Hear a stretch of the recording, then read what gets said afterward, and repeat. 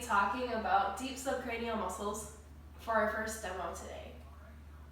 So these are just a list of the muscles that will be covered, and we'll go into each one into depth.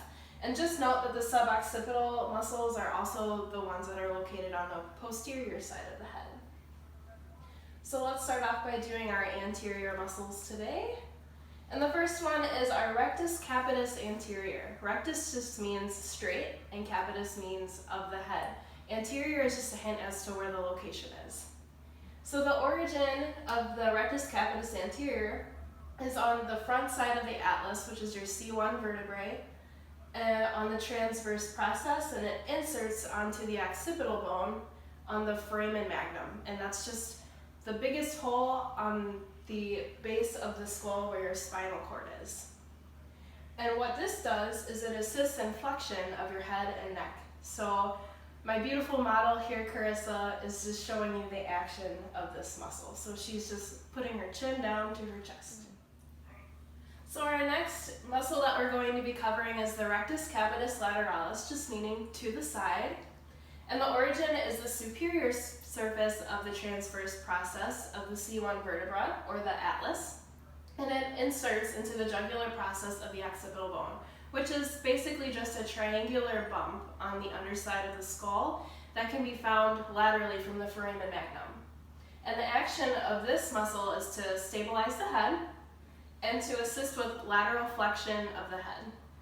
So Carissa's just showing you the action that this muscle supports. The next anterior muscle is the longus capitis. Its origin are the transverse processes of C3 through C6.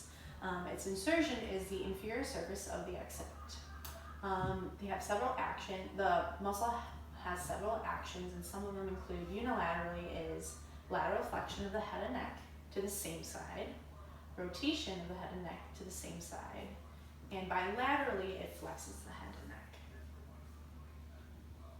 Now for the last anterior muscle, it is called the longus colli.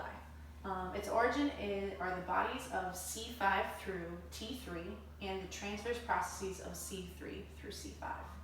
Its insertion is the tubercle on the anterior arch of the atlas, bodies of the axis C3 and C4, and the transverse processes of C5 and C6. The actions are the same as the longus capitis, so unilaterally lateral flexion of the head and neck, rotation of the head and neck on the same side for both, and then bilaterally the flexion of the head and neck, as Sarah's demonstrating. So now we'll be talking about the posterior suboccipital muscles. They're called occipital muscles because they're located below the occipital bone. It's right there.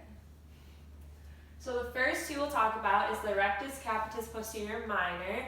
This is a smaller muscle located on the tubercle on the posterior arch of the atlas, so our first cervical vertebrae, and then its insertion is onto the inferior neutral line of the occiput.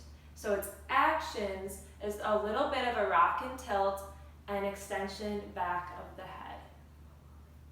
So the second muscle is the rectus capitis posterior major. So this one is located more laterally to the minor, and its origin is the spinous process of the axis, so our second cervical vertebrae, and its insertion is the same insertion as the first muscle, the inferior neutral line of the occiput, and its actions are very similar as well, a little bit of a rock and a tilt, and goes back into extension, but it also does rotation of the head to the same side, just like that.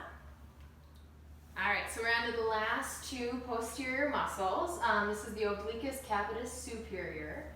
It's going to originate at the C1 transverse process. Then it's going to insert onto the neutral line of the occiput, which is just part of the occipital bone. So this one is stabilizing that first vertebrae in the head, and then it's going to aid in the rotation of the head. And then it's going to also tip the head back. So the last one here is the inferior. Very similar, but it's going to be much smaller. It originates on the spinous process of the axis C2, and then inserts onto the transverse process of the atlas, so C1. This one turns the head a little and tilts it upward. It also aids and stabilizes rotation of that C1 and C2 vertebrae.